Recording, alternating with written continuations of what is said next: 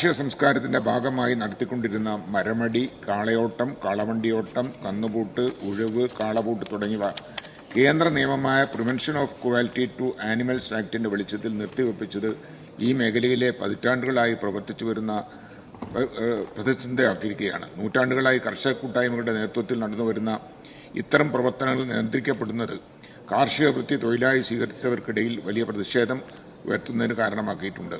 സംസ്ഥാനത്തിൻ്റെ സാഹചര്യം മുൻനിർത്തി ഇവ മുൻകാലങ്ങളിലെ പോലെ തുടർന്നും നടത്തുന്നതിന് അനുമതി ലഭ്യമാക്കാൻ മറ്റു സംസ്ഥാനങ്ങളിലെ പോലെ നിയമം കൊണ്ടുവരണം എന്നാണ് ഈ സമ്മേളനത്തിലൂടെ ആവശ്യപ്പെടുന്നത്. Thank you. ബഹുമാനപ്പെട്ട മിനിസ്റ്റർ.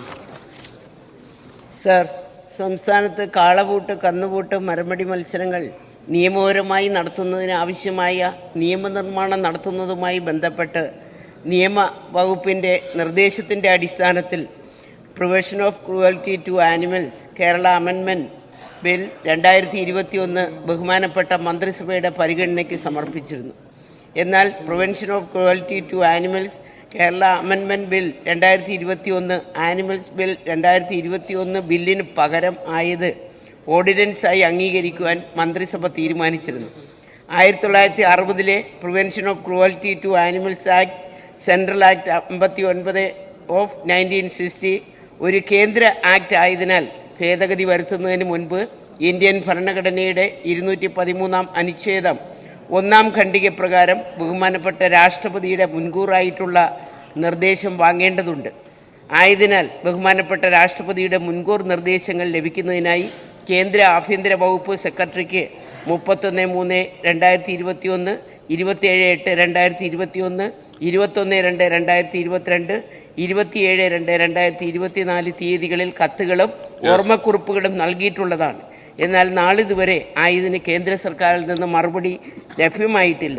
തുടർന്ന് ഈ വിഷയത്തിൽ പുതിയ ഓർഡിനൻസ് പുറപ്പെടുവിക്കുവാൻ രാഷ്ട്രപതിയുടെ മുൻകൂറായിട്ടുള്ള അനുമതി വേണമോ എന്ന വിഷയത്തിൽ അഭിപ്രായം അറിയുന്നതിന് ഫയൽ നിയമവകുപ്പിന് സമർപ്പിച്ചപ്പോൾ ഭാരത ഭരണഘടനയുടെ അനുച്ഛേദം 213 1 ഖണ്ഡപ്രകാരം രാഷ്ട്രപതിയുടെ മുൻകൂർ അനുമതി തേടിക്കൊണ്ട് 2021 the prevention of cruelty to animals Kerala amendment ordinance എന്ന പേരിൽ ഒരു ഓർഡിനൻസ് പുറപ്പെടുവിക്കുന്നതിന് ഭരണ വകുപ്പ് മുഖേന കേന്ദ്ര ആഭ്യന്തര മന്ത്രാലയത്തിന് കത്തയച്ച് നൽകിയെങ്കിലും നാളിതുവരെ മറുപടി ലഭിച്ചിട്ടില്ലാത്ത സാഹചര്യത്തിൽ പ്രസ്തുത ഓർഡിനൻസിലെ നിർദ്ദേശം ഒരു ബില്ലായി നിയമസഭയിൽ അവതരിപ്പിച്ച് പാസ്സാക്കി ആയത് ബഹുമാനപ്പെട്ട രാഷ്ട്രപതിയുടെ അംഗീകാരം വാങ്ങി നിയമിക്കാവുന്നതാണ് എന്ന് നിയമവകുപ്പ് അഭിപ്രായപ്പെട്ടിട്ടുണ്ട്. അതോടൊപ്പം തന്നെ തമിഴ്നാടും കർണാടക സർക്കാരുകൾ കേന്ദ്ര നിയമത്തിൽ ഭേദഗതി വരുത്തി ജല്ലിക്കെട്ട് പോലെയുള്ള കാർഷിക മത്സരങ്ങൾ നിയമവിധേയമാക്കിയത് ചോദ്യം ചെയ്തുകൊണ്ട്